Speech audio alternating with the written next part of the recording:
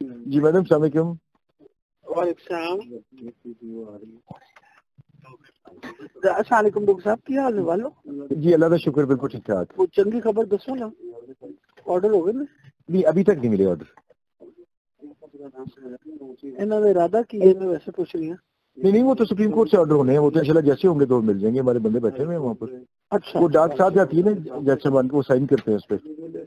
हाँ, अच्छा अच्छा अच्छा। तो कोर्ट टाइम पे तो नहीं करते ना, वो तो कोर्ट टाइम के बाद ही करते हैं हम। अच्छा, क्योंकि खान साहब काफी कंसर्न थे। अच्छा मैंने कहा मैंने कहा जी मेरी खबर के मुताबिक अभी तक उनको नहीं मिले जी अभी तक नहीं, वो आ जाएंगे रात को, डाक साइन होके आ जाती होती है। आज हमारी रात खामोशी से गुजर जाएगी, मैं वैसे पूछूंगा।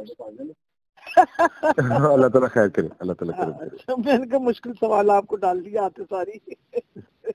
अल्लाह ताला करम करे। अल्लाह करम करेगा अपना, ठीक है, इंशाल्लाह। ओके।